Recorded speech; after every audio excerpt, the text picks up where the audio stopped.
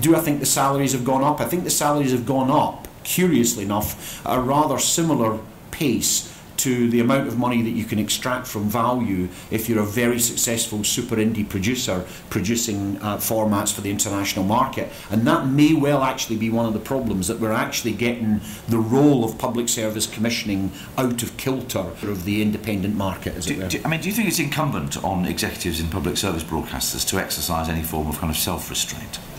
Now, the reason I say that is because your chief executive, and this is published in the annual accounts, it's well known, last year took home 1.2 million. Yep. That does seem like rather a lot. It sounds like pretty good money, there's no doubt about that. I've said what I think, I'm willing to talk about mine, and I think that actually the benchmarking in my salary is higher than it should be for the job that I do. Danny? Well, I think you're right, Steve, to separate into two groups, the executive part and the talent part.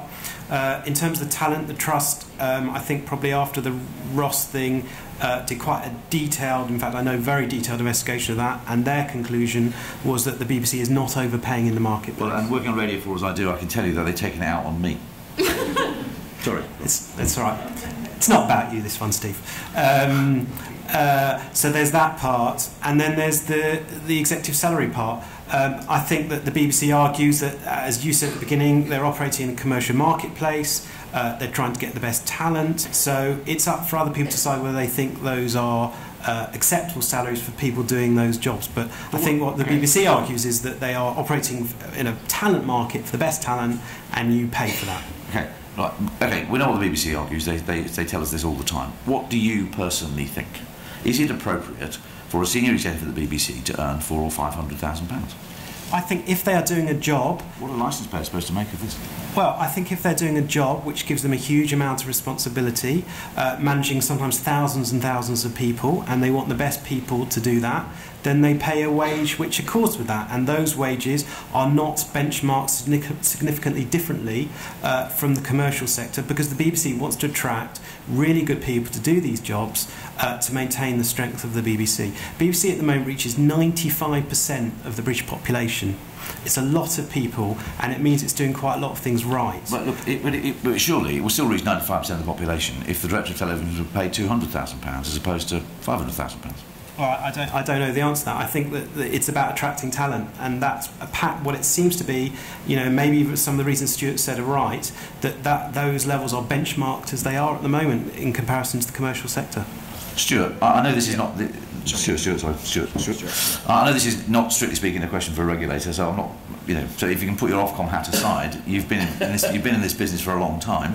What do you personally think when you see these sorts of salaries? I've been both sides of the line, if you like, and as a de facto content regulator of 2,000 British television and radio stations, I'm paid half of what I was in the private sector.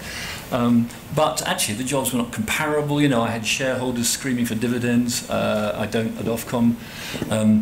But I would say that actually, the idea of the appeal of benchmarking public versus private isn't simple, because you've got Channel 4, which is publicly owned. I mean, it's always forgotten that Channel 4 is one of the last of the nationalised industries. I mean, coal and steel went the way many years ago, but Channel 4 still fits into that small elite group of nationalised industries. But on the other hand, it's commercially funded, and it lives and dies by its commercial revenue.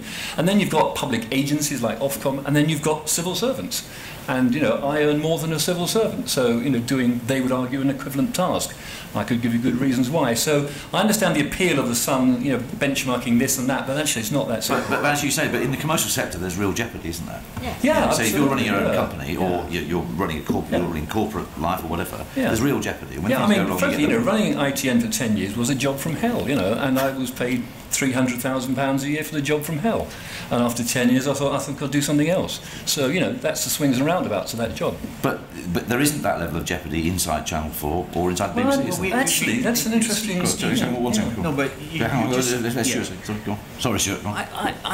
It's a very interesting call. I mean, I'm not sure what Leslie Douglas would say about that. I mean, there is risk in the public sector, whether it be commercially funded or publicly funded, so I don't think you can discount it. But I mean, in a sense... Clearly, the casualty rate, if you look at the turnover rate within, say, the ITV system over the last few years, a bit different from the turnover rate in the BBC. I think the BBC has got slightly out of kilter with the private sector, but You know, I mean, I think that happens with all organisations. I mean, Stuart, briefly. I was just very briefly going to say that, you know, that the commercial sector that we've just had described, whether it's Nokia, BT or Tesco's or whatever, that's exactly the private sector that Channel 4 has to compete in for advertising revenue. So our head of sales, Andy Barnes, is entirely working within a commercial context. But he didn't get 1.2 million. Well, his chief executive is as well. Look, you know, I've said I think that there's an issue there about the question, but we can't have it all ways. We can't turn around and say, oh, Channel 4 is this protected species that exists in a box, that's pre-funded, that enjoys a tax from the licence fee. It doesn't. It has to fight for every single penny it gets in the commercial market. Emily, the last word.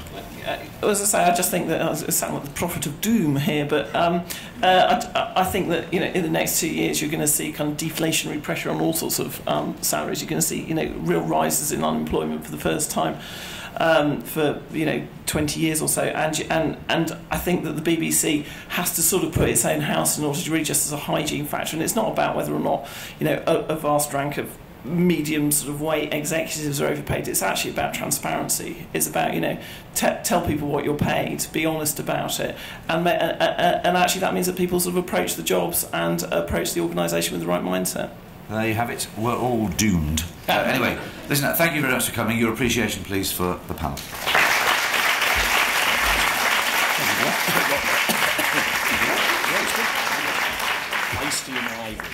Thank you, sir.